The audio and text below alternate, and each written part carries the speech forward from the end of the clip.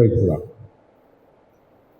இன்று நான் தியானத்துக்காக எடுத்துக்கொள்கிற வேத பகுதி மத்தேயு 7:26. மத்தேயு 7:26. மத்தேயு 7ஆம் அதிகாரம் 26ஆம் வசனம். நான் சொல்லிய இந்த வார்த்தைகளை கேட்டு இவைகளின்படி செய்யாதிருக்கிறவன் எவனோ அவன் தன் வீட்டை மணலின் மேல் கட்டின புத்தி இல்லாத மனுஷனுக்கு ஒப்பிடப்படுவான். ஜெபிப்போம். ஸ்தோத்திரமானவரே, உமது கிருபைக்காய் நாங்கள் நன்றி செலுத்துகிறோம். இப்பொழுதும் இந்த வார்த்தையை தியானிக்கும்படியான கிருபை எங்களுக்கு தருவீராக. எங்கள் ஆண்டவரும் மீட்பர் இரட்சகருமாய் இயேசு கிறிஸ்துவின் வழியாக எடுக்கிறோம் நல்ல பிதாவே, ஆமேன். கர்த்தர் இந்த இடத்துல சொல்லுகிற காரியம், நான் சொல்லிய இந்த வார்த்தைகளை கேட்டு இவைகளின்படி செய்யாது இருக்கிறவன் எவனோ அவன் தன் வீட்டை மணலின் மேல் கட்டின புத்தி இல்லாத மனுஷனுக்கு ஒப்பிடுவேன். புத்தி இல்லாத மனுஷன், ஹல்லேலூயா. ஃபூலிஷ்னஸ், முட்டாள்தனமாக சில காரியங்களை செய்கிறது. ஹல்லேலூயா. கர்த்தர் இந்த நாளில் எது எது தேவனுடைய காரியத்தில் மக்கள் கிறிஸ்துவுக்குள்ளே இருந்தும், ஆமென், சில நேரங்களில் நம்ம செய்கிற காரியம் ஒரு புத்தியினமாக, ஒரு முட்டாள்தனமாக இருக்குது, ஃபூலிஷாக இருக்குது. அது எப்படிப்பட்ட காரியம்? நம்ம பல நேரங்களில் கர்த்தருக்குள்ளே செய்கிறோன்னு நினச்சே ஒரு தவறுகளை செய்கிறவங்களாக இருக்கிறோம். இதை தான் ஆண்டவர் இந்த நாளில் சொல்கிறார். புத்தி இல்லாதவன் மணலு மேல் கட்டிய வீடு, ஹல்லேலூயா, அதனால் விளைகிற விளைவு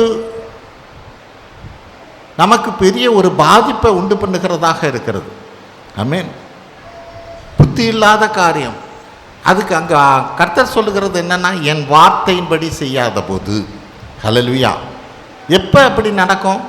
நம்ம உலகத்தை பார்க்கிற போது, உலக பிரகாரமான சில காரியங்களை பார்த்து ஒரு தீர்மானத்தை எடுக்கிற போது, ஆமென், அது புத்தி இல்லாததுங்கிற.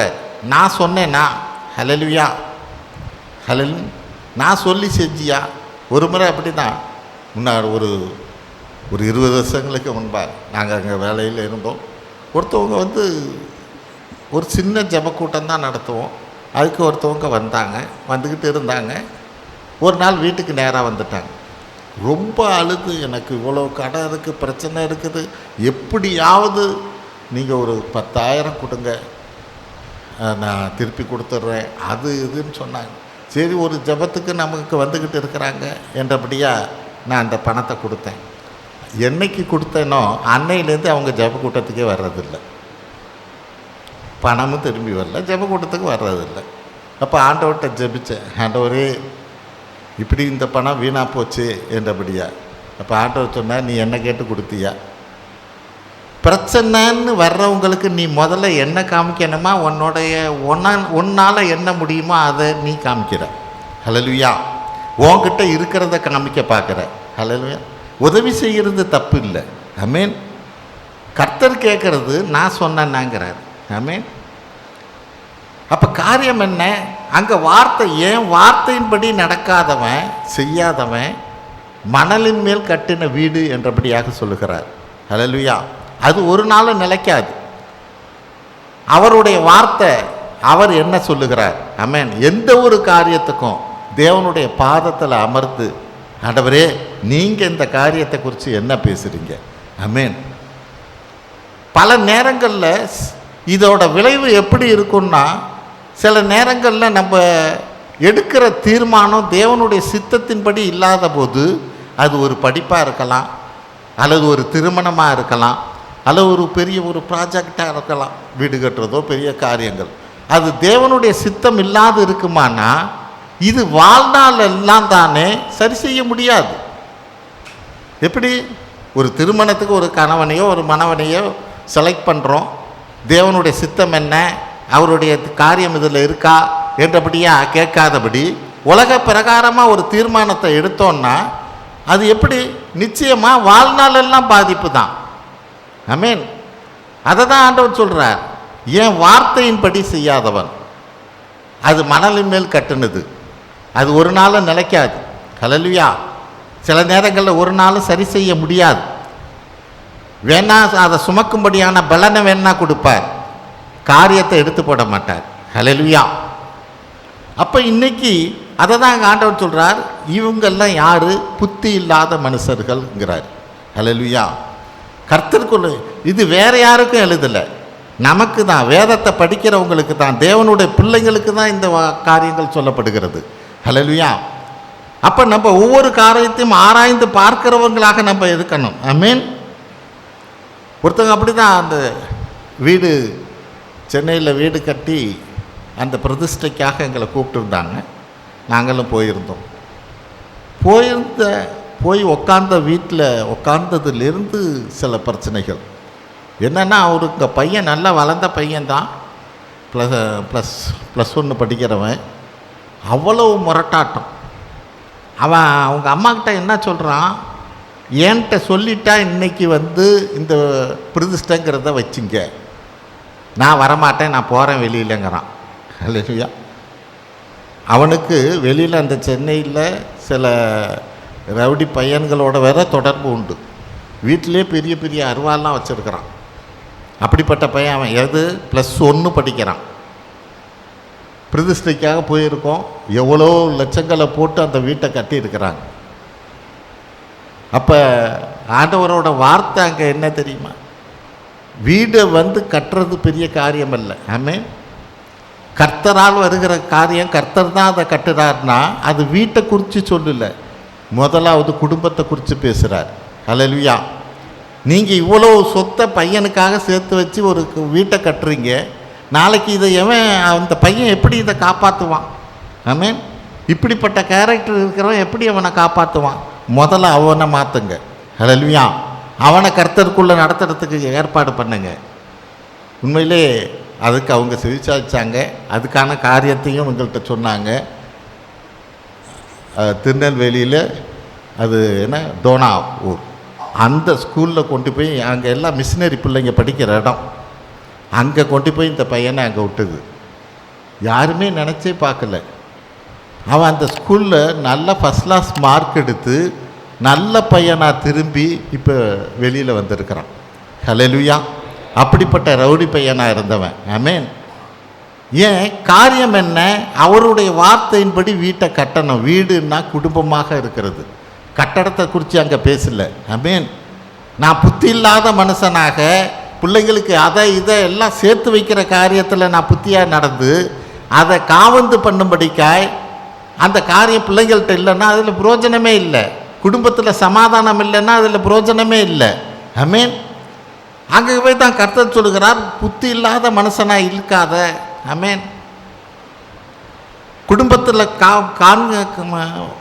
செய்கிற காரியங்களை புத்தியாக நடந்துக்க. கர்த்தருக்குள்ள இந்த காரியங்கள், கர்த்தருடைய வார்த்தை, என்னுடைய வார்த்தையின்படி தான் ஒவ்வொரு காரியத்தையும் நீ செய்யணுங்கிறார். ஆமென். அதை செய்யலைன்னா புரோஜனம் இல்லை. ஆமென். தேவன் நம்மளை ஆசீர்வதிக்க வல்லவராகவே இருக்கிறார். 1 கொரிந்தியர் 3:11-13 படிங்க. 1 கொரிந்தியர் 3:11-13. 1 கொரிந்தியர் 3:11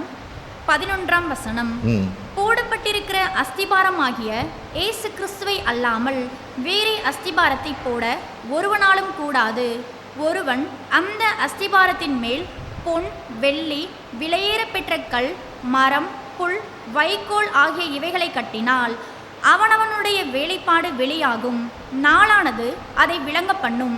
ஏனெனில் அது அக்கினியினாலே வெளிப்படுத்தப்படும். அவனவனுடைய வேலைப்பாடு எத்தன்மை உள்ளதென்று அக்கினியானது பரிசோதிக்கும். ஆமென். போடப்படுகிற அஸ்திவாரம் என்னவா இருக்கணும்? கிறிஸ்துவா இருக்கணும்னு வசனம் சொல்லுது. 11வது வசனம் அதுதான். போடப்படுகிற அஸ்திவாரம் கிறிஸ்துவாக இருக்கணும். அப்படின்னா என்ன?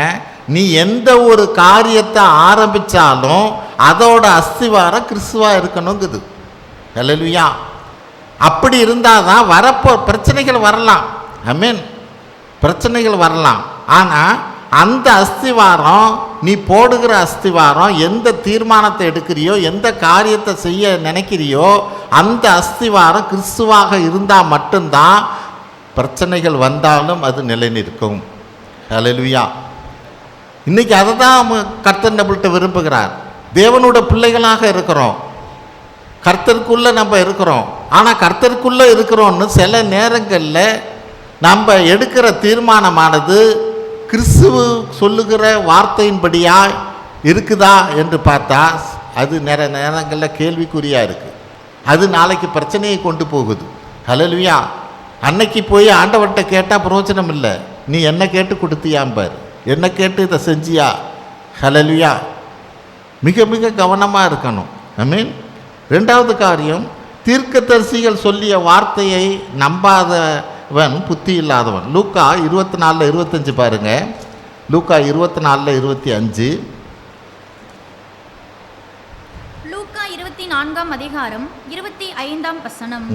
அப்பொழுது அவர் அவர்களை நோக்கி, தீர்க்கதரிசிகள் சொன்ன யாவையும் விசுவாசிக்கிறதற்கு புத்தி இல்லாத மந்த இருதயம் உள்ளவர்களே. ஆமென்.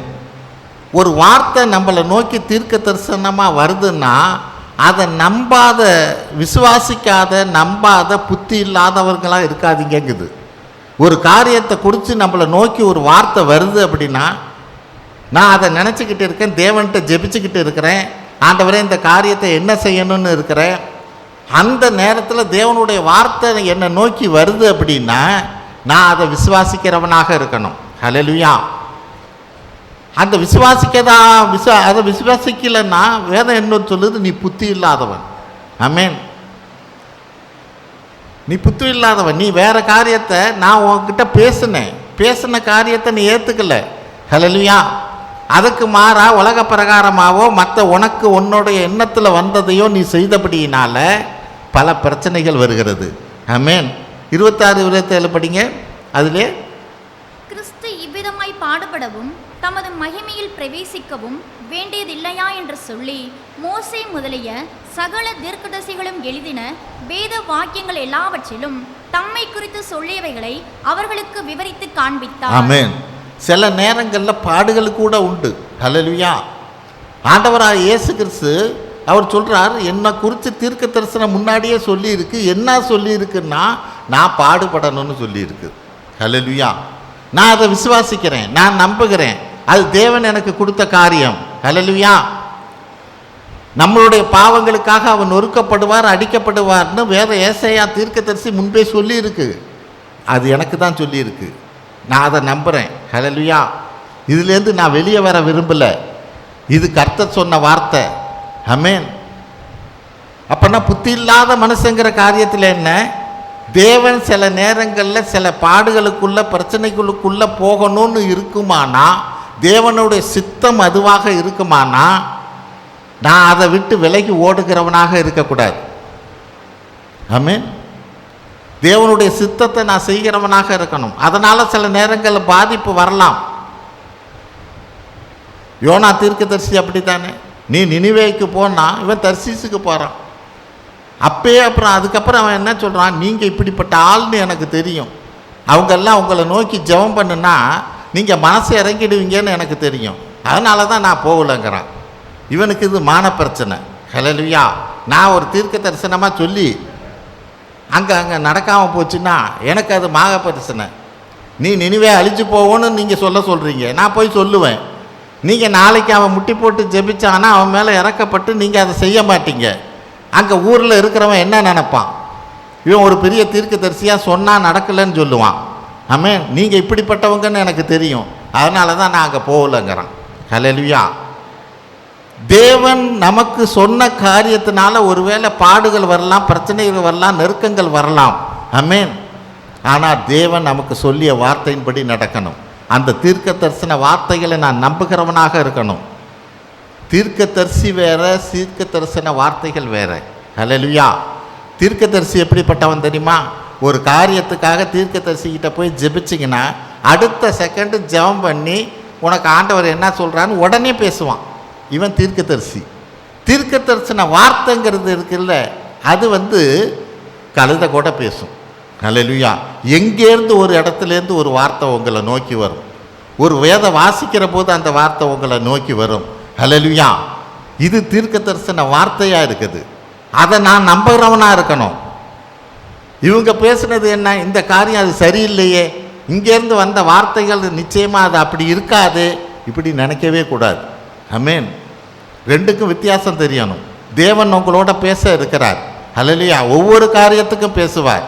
நான் காத்திருந்து அந்த வார்த்தையை பெற்றுக்கொள்ளுகிறவனாக, அதை விசுவாசிக்கிறவனாக. ஆமென். அதுக்கு தான் வசனத்தை விசுவாசிக்கிறதுக்கு புத்தி இல்லாத இருதயம் உள்ளவர்கள்ங்குது. ஆமென். விசுவாசிக்கிறதுக்கு புத்தி இல்லை உனக்கு. 2 பேதுரு 1:19-21 படிங்க.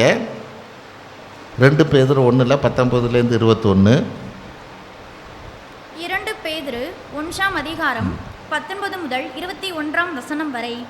அதிக உறுதியான தீர்க்கதரிசன வசனமும் நமக்கு உண்டு. பொழுது விடிந்து விடிவெள்ளி உங்கள் இருதயங்களில் உதிக்கும் அளவும் இருளுள்ள ஸ்தலத்தில் பிரகாசிக்கிற விளக்கை போன்ற அவ்வசனத்தை கவனித்திருப்பது நலமாயிருக்கும். வேதத்தில் உள்ள எந்த தீர்க்க தரிசனமும் சுய தோற்றமான பொருளை உடையதா இராதென்று நீங்கள் முந்தி அறிய வேண்டியது. தீர்க்க தரிசனமானது ஒரு காலத்திலும் மனுஷருடைய சித்தத்தினாலே உண்டாகவில்லை. தேவனுடைய பரிசுத்த மனுஷர்கள் பரிசுத்த ஆவியினாலே ஏவப்பட்டு பேசினார்கள். ஆமென். நல்ல இந்த வசனத்தை நீங்க தியானிச்சு பார்க்கணும். அதிக உறுதியான தீர்க்க தரிசன வசனமும் நமக்கு உண்டு. பொழுது விடிந்து விடிவெள்ளி உங்கள் இருதயங்களுக்குள் உதிக்கும் அளவும் இருளுள்ள ஸ்தலத்திலே பிரகாசிக்கிற விளக்கை போன்ற வசனத்தை கவனிப்பது நலமாயிருக்கும். ஹல்லேலூயா. ஒரு இருட்டாக இருக்கிற இடத்துல, ஒரு இருட்டில் ஒரு சின்ன வெளிச்சம், ஹல்லேலூயா, ஒரு சின்ன வெளிச்சம் வந்ததுன்னா அதை கவனிக்குங்கன்னு சொல்லுது வேதம். அப்படின்னா என்ன? உலக பிரகாரமான காரியங்கள் நம்மளை எல்லாம் மூடிக்கிட்டு இருக்கலாம், பல பிரச்சனைகள் இருக்கலாம். அந்த சின்ன வெளிச்சமாகிய வேத வசனம் நம்மளை நோக்கி வருகிற போது நீ அதுக்கு தான் முக்கியத்துவம் கொடுக்கணுங்கிறார். ஹல்லேலூயா. நான் என்ன செய்யறது ஏது செய்யறது என்றபடியா நீ குழப்பத்தில் இருக்கலாம். ஆனால் ஒரு சின்ன வெளிச்சம் உன்னை நோக்கி வரும். அது வேத வசனமாக தீர்க்க தரிசனமாக உன்னை நோக்கி வர்ற போது அந்த சின்னதுக்கு நீ முக்கியத்துவம் கொடுக்கணும் அப்படிங்கிறார். வேதத்துள்ள எந்த தீர்க்க தரிசனம் சுய தோற்றமான பொருளுடையதாய் இராது என்று நீங்கள் முந்தி அறிய வேண்டியது. ஹல்லேலூயா. அப்படின்னா என்ன? அன்னைக்கு என்னைக்கோ அந்த நாளில் அப்படிப்பட்ட காரியத்துக்காக எழுதப்பட்டதுன்னு நீ நினச்சிடாத. சுய தோற்றம் உடையதாக இல்லாது இருக்கும்படி அது பொருளுடையதாக இராது என்று நீ முந்தி அறிய வேண்டும். ஆமென். அந்த வசனமான அந்த வார்த்தையானது அன்னைக்கு சொல்லப்பட்டது. ஹல்லேலூயா. நான் முன்பே பலமுறை சொல்லியிருக்கேன். நம்ம செக்கினாவை ஆரம்பிக்கிற காலத்தில் ஆண்டவர் ஒரு வசனத்தை கொடுக்குறார். நீ முசுக்கொட்டை செடிக்கிட்ட அமர்ந்து இருக்கிற அந்த தாவீதை குறித்து வந்தான வசனம். அந்த முசுக்கொட்டை செடி அசைகிற போது நீ ஆரம்பி, தேவன் உனக்கு முன்பாக செல்வார்னு. ஆமென். இதை முன்னாடி சொல்லல, அந்த வசனம் மட்டும்தான் வந்தது. ஆமென். அந்த வசனத்தை மட்டும் குறித்து வச்சுக்கிட்டேன். ஆனால் நடந்ததோ பல நாட்களுக்கு அப்புறம் ஒரு நாள் இந்த காரியத்தை செக்கினாவை நம்ம நடத்துகிற போது, நடத்தி ஃபஸ்ட்டு இது முடிக்கிற போது கர்த்தர் சொல்கிறார், இன்னைக்கு இந்த முசுக்கொட்டை செடி உன் வாழ்க்கையில் அசைஞ்சுது என்றபடியாய். ஹல்லேலூயா. சுய தோற்றம் உடையதா இராதுங்குது வசனம். நீ அன்னைக்கு அன்னைக்கு பேசின காரியத்தையே யோசிச்சுக்கிட்டு இருக்காத. இன்னைக்கு உனக்கு அதில் ஒரு காரியத்தை தேவன் பேசுகிறார். அது சுய தோற்றமாக இருக்காது, அன்னைக்கு நடந்த காரியமாக இருக்காது. ஹல்லேலூயா. இன்னைக்கு இதை தான் நம்ம தேவனுக்கிட்ட கேட்டு பெற்றுக்கொள்கிறவர்களாக இருக்கணும். தீர்க்க தரிசனமானது ஒரு காலம் மனுஷனுடைய சித்தத்தினாலே உண்டானதல்ல, தேவனுடைய பரிசுத்த ஆவியினாலே ஏவப்பட்டு பேசியிருக்கிறார்கள். ஏன்னா தேவ ஆவியானவர் தேவ மனுஷனை கொண்டு பேசின அந்த காரியங்கள் காலாகாலத்துக்கு நமக்கு ஆசீர்வாதமாக இருக்கும்படிக்காக எழுதப்பட்டு இருக்குது. ஹல்லேலூயா. ஒரே வசனம் ஒருத்தருக்கு ஒரு மாதிரி பேசும், எனக்கு ஒரு மாதிரி பேசும், இன்னொருத்தருக்கு வேறு மாதிரி பேசும். ஹல்லேலூயா. அப்போ தேவன் இந்த நாளிலே அதை விசுவாசிப்பதற்குன்னு புத்தி இல்லாமல் இருக்காத, அதை நம்பு. அந்த வார்த்தை உன்னை நடத்தும். ஆமென். அந்த வார்த்தை உன்னை சரியான பாதைக்குள்ளாக நடத்தும் என்றபடியாக வேதம் சொல்லுகிறது. ஆகவே அந்த தீர்க்க தரிசன வார்த்தைகள் என்னை நோக்கி வர்ற போது அதை நான் விசுவாசிக்கிறவனாக இருக்கணும், அதை நம்புகிறவனாக இருக்கணும். இது என்னை குறித்து தான் பேசுது, என்கிட்ட தான் தேவன் பேசுகிறார், நான் இதைப்படி தான் நான் நடப்பேன் என்றபடியா என்னை பலப்படுத்த, என்னை வழி நடத்தும்படியா நம்ம ஜெபிக்கிறவங்களாக இருக்கணும். ஆமென். 3வது காரியம், தேவனுடைய கட்டளைக்கு கீழ்ப்படியாமல் இருக்கிறது ஒரு புத்தியீனம், ஒரு முட்டாள்தனம். எது? 1 சாமுவேல் 13 பாருங்க. 1 சாமுவேல் 13.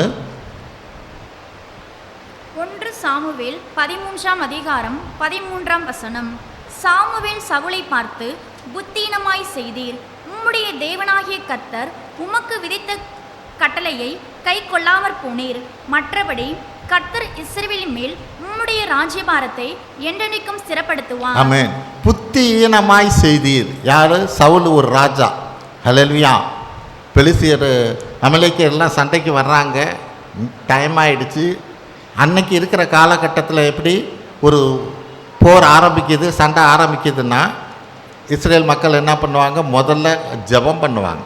ஜெபம் பண்ணுறதுனா எப்படி? அவங்க பலி செலுத்துவாங்க. அந்த பலி செலுத்தின பிறகு தான் சண்டையை ஆரம்பிப்பாங்க. இப்போ எதிரி பட கிட்டக்க வந்துடுச்சு. யார் இந்த பலியை செலுத்தணும்னா சாமுவேல் தான் செலுத்தணும். அவர் தான் ஆசாரியர். ராஜா செலுத்தக்கூடாது. ஹல்லேலூயா. இன்றைக்கி நம்ம அப்படி இல்லை. நாம் தான் ராஜாவாக இருக்கிறோம், நாம் தான் ஆசாரியராக இருக்கிறோம். ஆனால் பழைய ஏற்பாடு காலத்தில் அவங்கவுங்களுக்கான வேலை அவங்கவுங்க தான் செய்யணும். அப்போ சாமுவேல் ஆசாரியராக இருக்கிறார். வர்றதுக்கு லேட் ஆகுது. சண்டை ஆரம்பிச்சிடுமோன்னு பயமாக இருக்குது. இதனால் சவுல் என்ன பண்ணுறார்? இவரே அந்த பழி செலுத்தும்படியான காரியத்தை எடுத்து செய்கிறார். அங்கே சாமுவேல் வந்த பிறகு தான் இதை சொல்கிறார், புத்தியீனமாய் செய்தி, உம்முடைய தேவனாகிய கர்த்தர் உமக்கு விதித்த கட்டளையை கை கொள்ளாமல் போனீர். கட்டளை என்ன? ஆசாரியன் தான் பலி செலுத்தணும். ஆமென். நல்லது செய்கிறது போல, தேவனுக்கு நாம் நல்லது செய்கிறது போல சில நேரம் கெடுதலை செய்கிறவர்களாக இருக்கிறோம். அதை தான் புரிஞ்சுக்கணும். தேவனுடைய கட்டளை என்ன, இந்த காரியத்தில் என்ன? ஹல்லேலூயா. யாருக்கு எண்ணத்தை கொடுக்கணுங்கிறத புரிஞ்சுருக்கணும். ஆமென். தேவன் செய்த நான் நல்லது செய்கிறேங்கிற காரியத்தில் பல நேரங்களில் நம்ம தவறு செய்கிறவங்களாக இருக்கிறோம். ஆமென். உண்மையாக சொல்ல போனால் சில பேர் பல காரியங்கள் என்ன, தசம பாவமே எடுக்க நான் இங்கே கொடுக்கணுங்கிறதுக்காக சொல்லலை. வேதம் சொல்வது ஆலயத்தில் கொண்டு வந்து கொடு. உன்னை பலகனியை திறந்து இடம் கொள்ளாமல் மட்டும் ஆசீர்வதிப்பேனா இல்லையா என்று பார், என்னை சோதித்து பார். நான் என்ன பண்ணுறேன்? எனக்கு தெரிஞ்ச ஏழைங்களுக்கு கொடுக்குறேனே, மற்றவங்களுக்கு கொடுக்குறேனே. ஹல்லேலூயா. நல்லது. அதுக்கு மேற்கொண்டு கொடு. ஹல்லேலூயா. அப்போ தேவன் அவரோட கட்டளை என்ன, அதை பெசராமல் நீ காக்கிறவனாக இருக்கணும். ஹல்லேலூயா. அதை சரியாக கடைப்பிடிக்கிறவனாக இருக்கணும். அதை தான் தேவன் விரும்புகிறார். உனக்கு நல்லதுன்னு நீ பார்க்குற காரியத்தை செய்யக்கூடாது. ஹல்லேலூயா. இதே சவுல் தானே அங்கே அமலேக்கியரெல்லாம் போராடுகிறப்போ தேவன் என்ன சொல்கிறார்? அவங்கள ஆடு மாடுலேருந்து ஒன்றும் வைக்காமல் எல்லாத்தையும் கொல்லணுங்கிறார். ஹல்லேலூயா. ஆனால் சவுல் என்ன பண்ணுறார்? அங்கே நல்ல ஆடு மாடெல்லாம் பிடிச்சி வச்சுக்கிட்டு மற்றவங்களெல்லாம் கொல்றார். கேட்டால் இது கர்த்தருக்காகங்கிறார். ஹல்லேலூயா. இது கர்த்தருக்காக நல்ல ஆடு மாடெல்லாம் எடுத்து வச்சேங்கிறார். ஆமென். இது தேவனுக்கு பிடிக்காத காரியமாக இருக்குது. நான் என்ன சொன்னேன்? அவன்கிட்ட இருக்கிறது எல்லாத்தையுமே அழிக்கணும்ல நான் சொன்னேன். நீ எனக்கு ஆடு மாடு எனக்கு தேவையா? ஆமென். வயல்வெளியில் மலையில் மேய்கிற ஆடு மாடுகள் எல்லாமே என்னுடையதுங்கிறார். ஆமென். பலி செலுத்தன்னா நாங்கள் உன்கிட்ட வந்து கேட்டுக்கிட்டு இருப்பேனாங்கிறார். ஹல்லேலூயா. அப்போ தேவனுடைய வார்த்தை என்னை நோக்கி வருகிற போது, ஆமென், அதை நான் சரியாக கடைப்பிடிக்கிறவனாக இருக்கணும். சாத்தானுடைய தந்திரமே இதுதான். நம்மளை விழ செய்யும்படியான தந்திரம் என்ன? ஜஸ்ட்டு கொஞ்சம் நவுத்தி வைக்கும், அவ்வளோதான். ஹல்லேலூயா. நம்ம தேவனுடைய வார்த்தையின்படி தான் நடக்கிறோம். நீ அதைப்படி தான் நடக்கிற, கொஞ்சம் இப்படி மாற்றிக்க, இதனால் ஒன்றும் தப்பு இல்லை. ஹல்லேலூயா. இப்படி தான் சாத்தான் நம்மளை தேவனுடைய காரியத்திலிருந்து விலக்கி வைக்கிறதா இருக்கும். ஆமென். நம்ம அதில் தான் மிக கவனமாக இருக்கணும். தேவனுடைய சித்தத்தை செய்கிறவனாக இருக்கணும். காயின் ஆபேல் அப்படி தான். ஆமென். காயின் நல்லது செலுத்தலைன்னு அங்கே இல்லை. அவனுக்கு விளைச்சலில் இருந்ததை கொண்டு வந்து கொடுத்தான். ஆனால் தேவனுக்கு பிரியமானது எதுங்கிறத ஆபேல் கொடுத்தான். இதுதான் இன்னைக்கு நமக்கு தேவை. தேவனுக்கு பிரியமானது என்னங்கிறத புரிஞ்சுக்க தெரியணும். அதுதான் தேவனுடைய கட்டளை. ஹல்லேலூயா. நீ இதை விட தேவன் கேட்கறத விட 4 மடங்கு விலை உயர்ந்ததாக இருக்கலாம், அல்லது பெஸ்ட்டாக கூட இருக்கலாம். ஆனால் தேவன் அதை விரும்ப மாட்டேன். நான் என்ன கேட்டேன்னா அதை தான் எனக்கு கொடுக்கணும். ஹல்லேலூயா. உன்னோட புத்திக்கு எட்டின மாதிரி நீ செய்யக்கூடாது. ஆமென். அது தேவன் விரும்புகிற காரியம் அல்ல. அவன் இங்கே வேதம் என்ன சொல்லுது? கட்டளையின்படி நடக்கணுங்கிறத தான் வேதம் சொல்லுகிறது. அந்த 2 நாளாகமத்தில் பார்த்தீங்கன்னா அந்த உசியா ராஜா என்ன பண்ணுவான்? அவன் தூபத்தை எடுத்துக்கிட்டு போய் தூபத்தை காண்பிக்கிறவனாக இருக்கிறான். ஏன்னா அது ஆசாரியர் தான் செய்யணும், ஒரு ராஜா செய்யக்கூடாது. வேதம் என்ன சொல்லுது? அதே இடத்திலே அவனுக்கு குஷ்டரோகம் வந்தது என்றபடியாய். ஹல்லேலூயா. நல்லது தான் செய்கிறான், தேவனுக்கு ஒரு ஆராதனை செய்கிறான், தூபத்தை காமிக்கிறான். இது நல்லது தானே? இதில் எங்கேயாவது தப்பு இருக்குதா? தேவனுடைய பார்வையில் தப்புங்கிறாரு. நீ தூபத்தை தூக்கக்கூடாது. ஆமென். ஒரு ஆசாரியன் தான் எடுக்கணும். நீ ஏன் எடுத்த? ஹல்லேலூயா. அப்போ காரியம் என்ன? தேவன் நமக்கு என்ன கட்டளை கொடுக்குறாரோ அந்த கட்டளையிலிருந்து நான் நல்லதுன்னு நினச்சி செய்கிற காரியமே தேவனுக்கு பிடிக்காத காரியமாக இருக்கும். நீ இந்த வேதம் என்ன சொல்லுது? நீ புத்தியீனமாக இதை செய்தாய். சாமுவேல் சொல்கிறார் சவுலை பார்த்து, நீ முட்டாள்தனமான ஒரு காரியத்தை செஞ்சிட்ட. நீ நல்லது செய்கிறதா நினைக்கிற, ஆனால் தேவனுடைய பார்வையில் அது நல்லதல்ல. ஆமென். மார்க் 7:8 பாருங்க.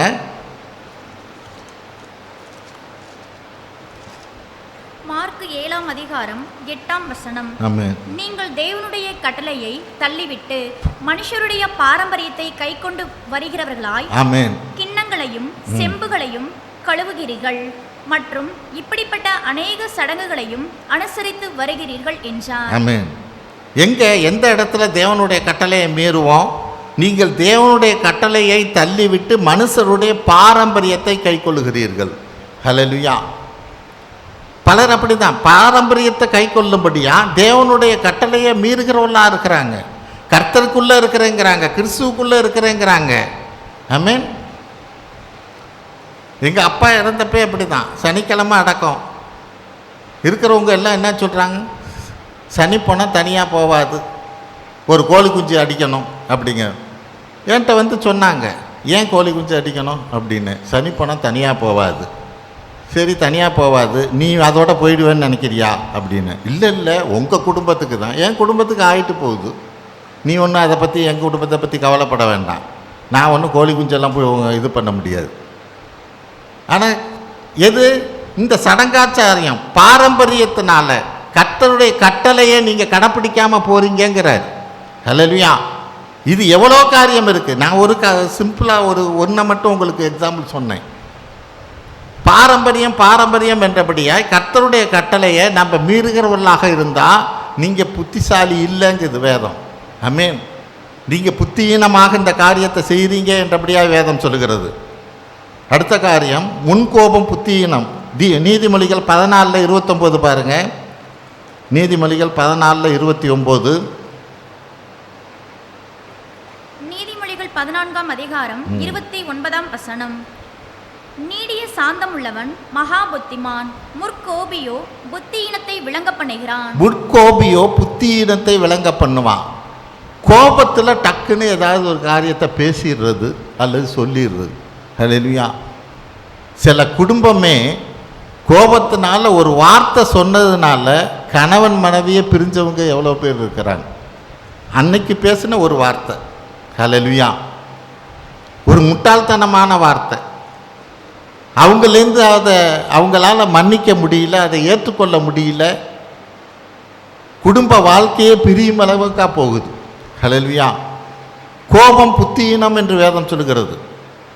ஆமென்.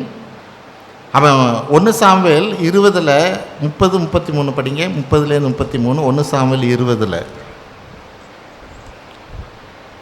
1 சாமுவேல் 20ஆம் அதிகாரம் 30ஆம் வசனம். அப்பொழுது சவுல் யோனத்தான் மேல் கோபம் உண்டவனாகி அவனை பார்த்து, இரண்டகமும் மாறுபாடும் உள்ளவளின் மகனே, நீ உனக்கு வெட்கமாகவும் உன் தாயின் மானத்திற்கு வெட்கமாகவும் ஈசாயின் மகனை தோழனாக தெரிந்து கொண்டிருக்கிறதை நான் அறியேனோ? ஈசாயின் மகன் பூமியின் மேல் உயிரோடிருக்கும் நாள் வரையும் நீயானாலும் உன் ராஜ்யபாரம் ஆனாலும் நிலைப்படுவதில்லை. இப்போதே அவனை அழைப்பித்து என்னிடத்தில் கொண்டு வா, அவன் சாக வேண்டும் என்றான்.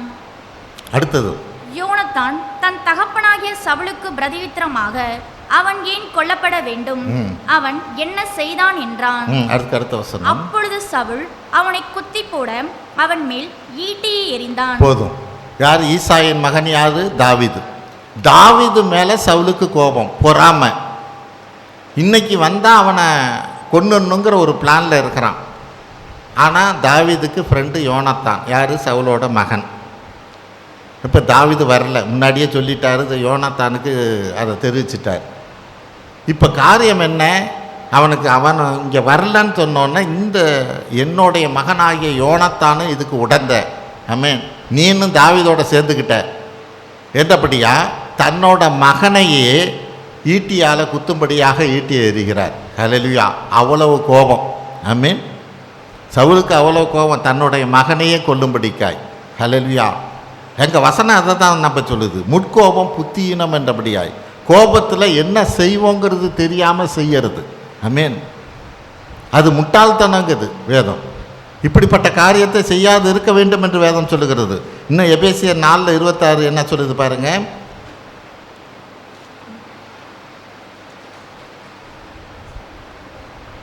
எபேசியர் 4:26 நீங்கள் கோபம் கொண்டாலும் பாவம் செய்யாதிருங்கள், சூரியன் அஸ்தமிக்கிறதற்கு முன்னாக உங்கள் எரிச்சல் தணிய கடவது. ஆமென். நீங்கள் கோபம் கொண்டாலும் பாவம் செய்யாதிருங்கள். அதனால கோபப்படலான்னு அர்த்தம் அல்ல, கோபம் பாவம் என்றே வேதம் சொல்லுகிறது. ஒருவேளை அதுக்கு மீறிட்டினாலும், ஆமென், அடுத்த ஸ்டெப்புக்கு போயிடாத, ஹல்லேலூயா, என்று வேதம் எச்சரிக்கிறதாக இருக்கிறது. ஆமென். அடுத்தது, தேவனுடைய மனுஷனுக்கு ஊழியக்காரருக்கு விரோதமாக பேசுவது ஒரு புத்தியினம் என்று வேதம் சொல்லுகிறது. என்னாகமம் 12:11 பாருங்க. என்னாகமம் 12:11.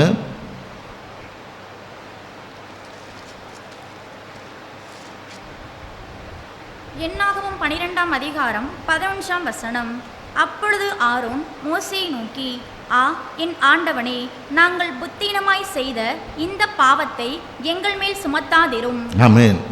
ஆரோன் மோசேகிட்ட கேட்குறார், நான் புத்தீனமாக பேசிட்டேன், ஆமென், என்னை மன்னிச்சிடுங்க என்றபடியா. காரியம் என்ன? அதிலே 1வது வசனம் பாடிங்க. எத்தியோப்பியா தேசத்து ஸ்திரீயை மோசே விவாகம் பண்ணியிருந்தபடியினால் மிரியாமும் ஆரோனும் அவன் விவாகம் பண்ணின எத்தியோப்பியா தேசத்து ஸ்திரீயின் நிமித்தம் அவனுக்கு விரோதமாய் பேசி. ஆமென். போதும். யாரு? மிரியாமும் ஆரோனும் 2 பேரும் மோசேக்கு விரோதமாக பேசுகிறாங்க, அவன் கல்யாணம் பண்ண பொண்ணை குறித்து. ஆமென். இது தேவனுக்கு பிடிக்காத காரியமாக இருக்கிறது. அங்கே ஆரோன் சொல்கிறான், நான் புத்தீனமாக பேசிட்டேன், முட்டாள்தனமாக பேசிட்டேன், தவறாக பேசிட்டேன், என்னை மன்னிச்சிடுங்க என்றபடியாய். ஹல்லேலூயா! ஊழியக்காரர் இன்னைக்கு யூடியூப்பில் பார்த்தா ஊழியக்காரர்களுக்கு விரோதமாக பேசுகிறதுக்கே ஒரு தனி சேனலே வச்சு நடத்துகிறாங்க. ஆமென். யாரை பார்த்தா இவர் அப்படி, இவங்க அப்படி, இவங்க அப்படி, நமக்கு தேவையில்லாதது. ஹல்லேலூயா!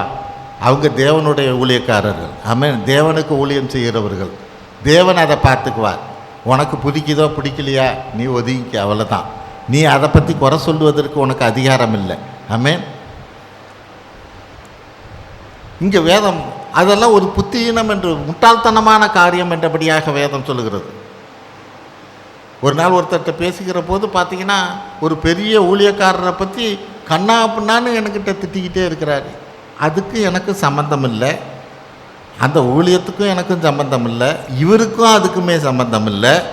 ஆமென். ஏன் அப்படி திட்டுறாருன்னு எனக்கே தெரியல. ஹல்லேலூயா! அந்த ஊழியக்காரர் இப்படி கொள்ளடிக்கிறாரு, அதை பண்ணுறாரு, இதை பண்ணுறாரு, அப்படியா, அவரை இப்படி தெரியாதா, அப்படி தெரியாதா? உனக்கு நீ பிடிச்சா அவர் மெசேஜை கேளு, பிடிக்கலையா விட்டுட்டு போ. ஆமென். அவரை பற்றி குறை சொல்கிறதுக்கு உனக்கு என்ன இருக்குது? ஆமென். தேவையில்லாமல் பாவத்தை சம்பாதித்து கொள்வது. ஹல்லேலூயா! தேவையில்லாமல் அந்த வார்த்தையினால் இவருக்கு தான் விரோதமாக தேவன் எழும்புவார். ஹல்லேலூயா! அப்போ ஒரு ஊழியக்காரர்களுக்கு விரோதமாக பேசுகிற காரியம் ஒரு புத்தியினம் என்று வேதம் சொல்கிறது.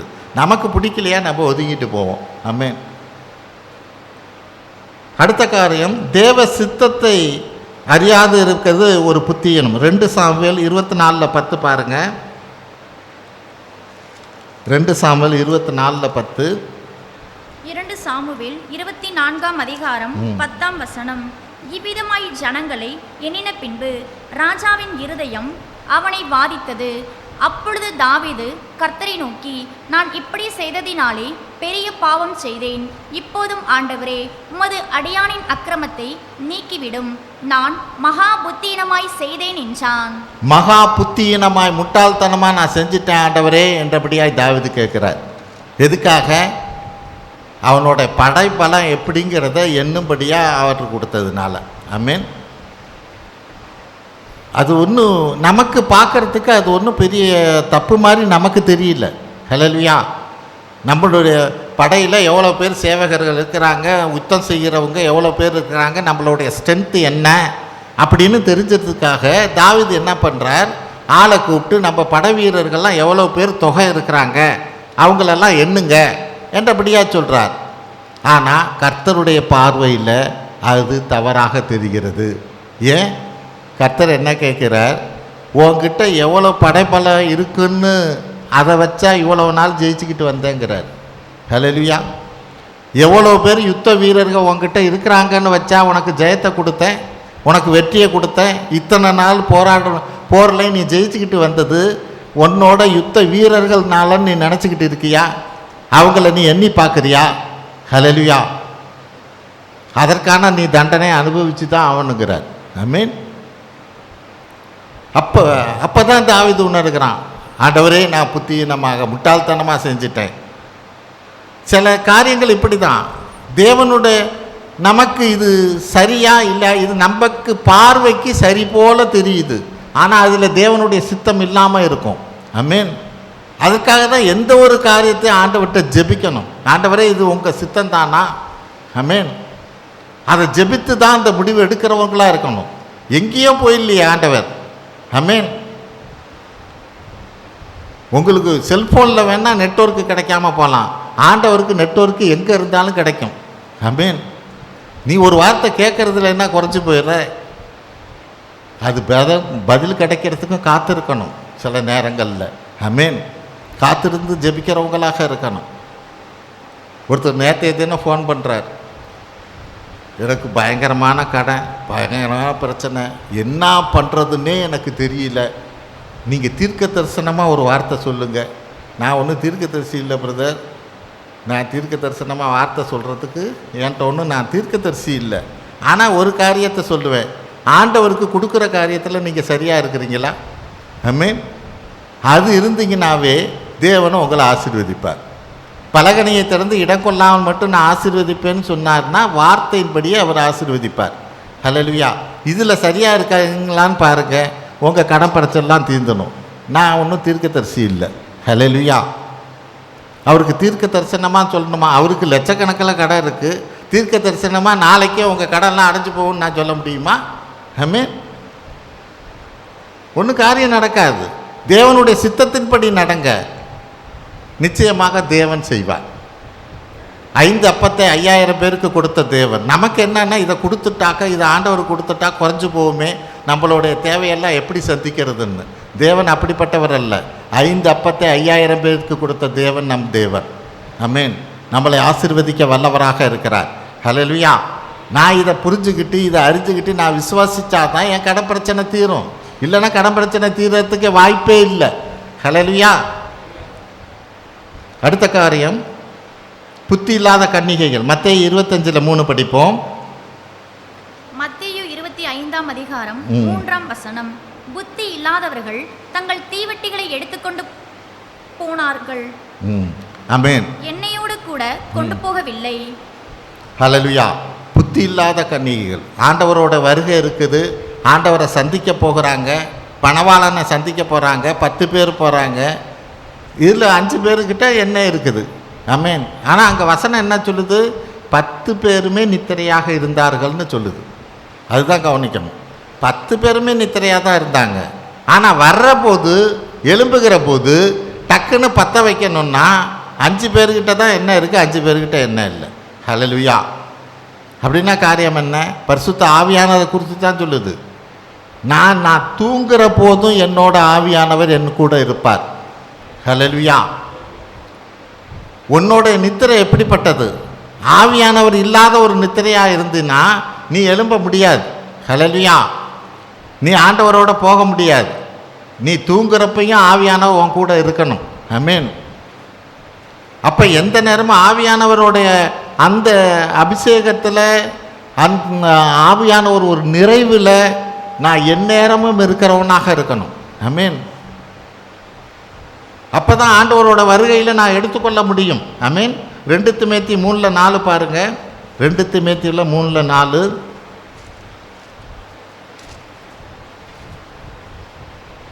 2 தீமோத்தேயு 3ஆம் அதிகாரம் 4ஆம் வசனம். துரோகிகளாயும் துணிகரம் உள்ளவர்களாயும் இருமாப்பு உள்ளவர்களாயும். இல்லைப்பா, தேவ பக்தியின் வேஷம் தரித்து, அது எதில் வரும்? அது தேவபக்தி 5வது வசனமா? சரி. தேவபக்தியின் வேஷத்தை தரித்து அதன் பலனை மறுதலிக்கிறவர்களாயும் இருப்பார்கள். ஆமென். வசனம் என்ன சொல்லுது பாருங்க? தேவ பக்தியாக இருப்பாங்க. ஆமென். எல்லாம் பைபிள் படிக்கிறதோ ஜெபத்துக்கு போகிறதோ எல்லாம் தேவ பக்தியெல்லாம் இருப்பாங்க. ஆனால் அந்த தேவ பக்தியினால் ஒரு ஆசீர்வாதம் இருக்குல்ல, அது மட்டும் அவங்களுக்கு தெரியாது. தேவ பக்தியாக இருப்பாங்க, அதோட பலனை மறுதலிக்கிறவங்களாம் இருப்பாங்க. ஆமென். நான் ஆண்டவரை தேடினா எனக்கு இந்த காரியத்தில் எனக்கு வெற்றி கிடைக்கும், இதில் ஆசீர்வாதத்தை கிடைக்குங்கிற காரியத்தில் நிலச்சி நிற்க பலன் இருக்காது. ஹல்லேலூயா. அந்த பலனையோ அந்த ஆசீர்வாதத்தையோ அவங்க மறுதலிக்கிறவங்களாக இருப்பாங்க. ஆனால் பக்தியாக இருப்பாங்க. ஹல்லேலூயா. இதுதான் தேவனுக்கிட்ட இவங்கெல்லாம் புத்தி இல்லாதவங்கிறார் ஆண்டவர். ஹல்லேலூயா. இவங்கெல்லாம் புத்தி இல்லாதவங்க, ஆண்டவரை பிடிச்சிக்கிட்டாங்க தான், எல்லா காரியமும் செய்கிறாங்க. ஆனால் ஒரு காரியத்தில் தேவன் இதை எனக்கு செய்வார், இதுலேருந்து என்னை விடுதலை ஆக்குவார், என்னை காப்பாற்றுவார் என்றபடியான காரியத்தில் அந்த பலன் தேவன்கிட்டேருந்து வரும். தேவன் சில நேரங்களில் அந்த லாஸ்ட் மினிட்டு தான் காப்பாற்றுவார். ஹல்லேலூயா. அதுவரையிலும் நமக்கு தெரியாது அந்த முடிவு எப்படி இருக்கும். நிச்சயமாக ஆசீர்வாதமாக இருக்கும். ஹல்லேலூயா. தேவனுக்காக காத்திருக்கிற போது நமக்கு எதிராக இருக்கலாம், 7 மடங்கு சூளையாக இருக்கலாம். ஆமென். ஆனால் அதில் தூக்கி போடுகிற போது நம்மோடு கூட தேவனும் நடப்பார். ஆமென். நடக்கிறது மட்டும் இல்லை, நம்மளை எந்த ஒரு சின்ன பாதிப்பு கூட நம்மளை வராதபடி நம்மோடு கூட நடப்பார். ஹல்லேலூயா. அந்த பலனை நான் மறுதலிக்கிறவனாக இருக்கிறேன், அந்த ஆசீர்வாதத்தை நான் புரிஞ்சுக்காமல் இருக்கிறேன், ஆனால் தேவ பக்தியாக இருக்கிறேன், அதில் பிரயோஜனம் இல்லை. ஆமென். இவங்கெல்லாம் புத்தி இல்லாதவங்கிறங்கிறது ஆண்டவர் சொல்கிறார். நான் அவங்கள விடுதலை ஆக்குவேங்கிற நம்பிக்கை அவங்களுக்கு இல்லை. ஹல்லேலூயா. தாவீது ஒரு மலை மேலே மாட்டிக்கிட்டார். சவுல் படை சுற்றி வந்துடுச்சு, தப்பிக்கிறதுக்கு வழியே இல்லை. ஆமென். அந்த நேரத்தில் ஒருத்தன் வந்து சொல்கிறான் சவுலுக்கிட்ட வந்து, அங்கே நம்ம நாட்டுக்கு வந்து எதிரி படை வந்துடுச்சு, நம்ம நாட்டை அங்கே சூழ்ந்துக்கிட்டாங்க என்றபடியாக சொல்கிறான். உடனே சரி இந்த காரியத்தை தாவீதை அப்புறம் பார்த்துக்குவோம், நம்ம முதல்ல நாட்டை காப்பாற்றுவோம், அங்கே போய் மக்களை காப்பாற்றுவோன்னு எல்லாம் போயிட்டானுங்க. ஹல்லேலூயா. அடுத்த நிமிஷம் தாவீதுக்கு என்ன ஆகும்னு தெரியாது, சுற்றி படை நிற்கிது, தப்பிக்கிறதுக்கு வழி இல்லை. லாஸ்ட் மினிட் தேவன் செய்கிற பெரிய காரியம் இது. ஆமென். இப்படி தான் தேவன் செய்வார். ஹல்லேலூயா. நம்மளை விடுதலையாக்க வல்லவராக இருக்கிறார். நான் அதை விசுவாசிக்கிறவனாக, நான் நம்புகிறவனாக இருக்கணும். கடைசியாக ஒரு காரியம், உயிர்த்தெழுதல் இல்லை என்று சொல்வது ஒரு புத்தியினம். 1 கொரிந்தியர் 15:35-36 படிங்க. 1 கொரிந்தியர் 15ஆம் அதிகாரம் 35ஆம் வசனம். ஆகிலும் மரித்தோர் எப்படி எழுந்திருப்பார்கள், எப்படிப்பட்ட சரீரத்தோடே வருவார்கள் என்று ஒருவன் சொல்வானாகில், புத்தியினனே, நீ விதைக்கிற விதை செத்தால் ஒழிய உயிர்க்க மாட்டாதே. ஆமென். சாதாரண எக்ஸாம்பிளில் சொல்கிறார் பவுல். உயிர்த்தெழுதல் இல்லைன்னு நீ எப்படி சொல்கிற, ஒரு முட்டாள்தனமாக புத்தியினமாக நீ சொல்கிறியே அப்படிங்கிறார். இது எப்படிப்பட்ட காரியம்? அடுத்ததில் எக்ஸாம்பிள் சொல்கிறார் பாருங்க, 37-38. நீ விதைக்கிற போது இனி உண்டாகும் மேனியை விதையாமல் கோதுமை அல்லது மற்றொரு தானியத்தினுடைய வெறும் விதையை விதைக்கிறாய். அதற்கு தேவன் தமது சித்தத்தின்படியே மேனியை கொடுக்கிறார். விதை வகைகள் ஒவ்வொன்றிற்கும் அதற்கேற்ற மேனியை கொடுக்கிறார். ஆமென். ஒரு கோதுமையை விதைக்கிற, அது சிதைஞ்சு போய் தான் வேறொரு மேனியாக வெளியே வருதுங்கிறார். கோதுமை ஒரு காரியம், அது எப்படி இருக்குது, அது ஒரு மேனியாக இருக்குது, அது ஒரு உருவமாக இருக்கிறது. ஆனால் அந்த உருவத்தை, அந்த கோதுமையை நீ புதைச்சின்னா அது சிதைந்து போய் வேறொரு மேனியாக வெளியே வருதுங்கிறார். அவர் சொல்கிற எக்ஸாம்பிள் வந்து அப்படி தான். அப்போ அந்த உயிர்த்தெழுதலும் இப்படித்தான் அப்படிங்கிறார். நீ முட்டாள்தனமாக இருக்கிறத எப்படி நடக்கும்னு நினைக்கிற? நாம் எல்லாரும் தானே ஒரு நிமிஷத்திலே, ஒரு நொடி பொழுதிலே நாம் மறுரூபமாக்கப்படுவோம் என்று வேதம் சொல்லுகிறது. ஆமென். பழைய ஏற்பாட்டில் சொல்றார், நான் அபிரகாமின் தேவனும் ஈசாக்கின் தேவனும் யாக்கோப்பின் தேவனமாக ஜீவிக்கிறவருடைய தேவனாக இருக்கிறேன்கிறார். அவங்கெல்லாம் இறந்து எவ்வளோ நாள் ஆகுது? யாத்திராமத்தில் பேசுகிறார். அவங்க இறந்து எவ்வளோ நாள் ஆச்சு? ஆனால் அவங்க பேரை சொல்லி நான் அவங்களோட ஜீவிக்கிற தேவனாக இருக்கிறாருங்கிறார். ஆமென். அதை காமிச்சாரா இல்லையா? எங்கே காமிச்சார்? மறுரூப மலையில் மோசே வந்து நிற்கிறார். ஹல்லேலூயா. ஜீவிக்கிற தேவனாக இருக்கிறங்கிறத ப்ரூவ் பண்ணுறார். ஆமென். நாம் எல்லாம் எத்தனையோ 1000 வருஷங்களுக்கு பின்பாக நாமும் அப்படியே தான் எழுந்திருப்போம். ஆமென். உயிர்த்தெழுதல் இல்லைங்கிறது ஒரு புத்தியினம் என்று பவுல் சொல்லுகிறார். ஒரு முட்டாள்தனமாக பேசாத, நீ எல்லாரும் தானே உயிர்த்தெழுவோம் என்றபடியாய், தேவனுக்கு முன்பாக நிற்போம் என்றபடியாய். ஹல்லேலூயா. இன்றைக்கு அந்த விசுவாசத்தோடு தான் நம்ம இந்த உலகத்தில் ஓடுகிறவர்களாக இருக்கணும். ஆமென். அவன் இந்த நாளில் கர்த்தருக்கு முன்பாக என்னென்ன காரியங்களை, ஆமென், அதை எசேக்கியேலில் நம்ம பார்ப்போம். 37:12 அந்த வசனத்தையும் படிங்க வேணாம். எசேக்கியேல் 37:12. எசேக்கியேல் 37ஆம் அதிகாரம் 12ஆம் வசனம். ஆகையால் நீ தீர்க்கதரிசனம் உரைத்து அவர்களோட சொல்ல வேண்டியது என்னவென்றால், கர்த்தராகிய ஆண்டவர் உரைக்கிறார், இதோ என் ஜனங்களே, நான் உங்கள் பிரேத குழிகளை திறந்து உங்களை உங்கள் பிரேத குழிகளில் இருந்து வெளிப்படவும் உங்களை இஸ்ரவேல் தேசத்துக்கு வரவும் பண்ணுவேன். ஆமென். உங்கள் பிரேத குழிகளை திறந்து உங்களை உங்கள் பிரேத குழியில் இருந்து வெளிப்படவும், ஆமென், நான் செய்ய முடியுங்கிறார். இதை தான் லாசர்கிட்ட செஞ்சு காமிக்கிறார். இறந்து போய் 4 நாள் ஆகுது. குடும்பத்தில் இருக்கிறவங்கெல்லாம் நாருமேங்கிறாங்க. ஆண்டவர் அங்கே நின்று கல்லை புரட்டி போடு. ஆமென். அவ்வளோ நாள் வீட்டில் வச்சு கத்திக்கிட்டு இருந்தவங்க சத்தம்லாம் அவனுக்கு விழலை. ஆனால் ஆண்டவர் இயேசு கிறிஸ்து அங்கே வந்து லாசருவே வெளியே வான்னா அவன் திருச்சி வெளியே வர்றான். ஏன் வசனம் என்ன சொல்லுது? யோவான் 25 நினைக்கிறேன், பாருங்க. மரித்தோர் தேவகுமாரனுடைய சத்தத்தை கேட்கும் காலம் வரும். மரித்தோர் தேவகுமாரனுடைய சத்தத்தை கேட்கும் காலம் வரும். இதை விட என்ன வேணும் உங்களுக்கு? ஆமென். நீ இறந்து போயிருக்கலாம், அவர் வந்து லாசருவே வெளியே வான்னா அவன் வெளியே எழுந்து வர்றான். அது மாதிரி தான் உன்னையும் கூப்பிடுவார். நீ இறந்து போனாலும் தேவனுடைய குமாரனுடைய சத்தத்தை கேட்கும் காலம் வரும். அதுக்கு ஒரு காலம் வச்சிருக்கிறார். ஹல்லேலூயா. நிச்சயமாக நம்ம எழும்புவோம். ஆமென். கிறிஸ்துவுக்குள்ளாக இருக்கிற நமக்கான பவுல தான் சொல்கிறான், இது புத்தியினமாக இருக்காத, முட்டாள்தனமாக இருக்காத. உயிர்த்தெழுதல் இல்லைன்னு நீ முட்டாள்தனமாக நீ மற்றவங்க பேசுகிற மாதிரி பேசாத. ஹல்லேலூயா. ஒரு தேங்காவை பச்சா தென்னங்கன்று தான் வரும், மாங்காவை பச்சா மாங்கன்று தான் வரும்.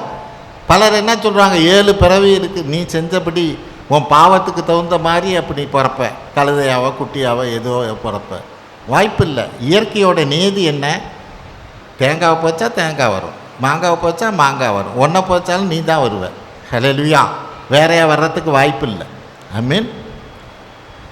நம்ம புத்தியினவர்களாக முட்டாள்தனமாக இருக்காதன்னு கர்த்தர் சொல்லுகிறார்.